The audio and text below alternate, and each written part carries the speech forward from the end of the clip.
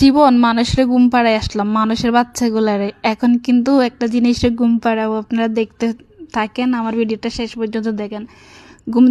ঘুম পাড়ানি মাসি খুশি, মোদের বাড়ি ঘর খাট নাই ফালং নাই, তোদের চোখে ঘুম নাই, ঘুম দিয়ে যা।